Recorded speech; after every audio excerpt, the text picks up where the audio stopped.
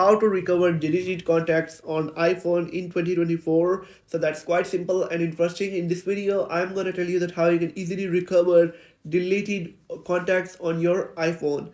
So basically it's a small trick and you'll be able to recover all of your deleted contacts in your iPhone. So let's get started. But before starting the tutorial, make sure that you watch the video till end so you don't make any mistake, and make sure to like the video and hit that subscribe button. So first of all, you'll have to head over to the settings and then tap on your profile at the top and then tap on iCloud.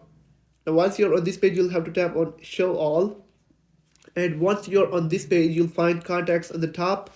Now all you'll have to do is to toggle it off and click on keep on my iPhone, and then again toggle this off and click on merge. Basically it will merge all the existing contacts that are present right now in your iPhone and all the previous contacts that were backed up in your iCloud that you deleted.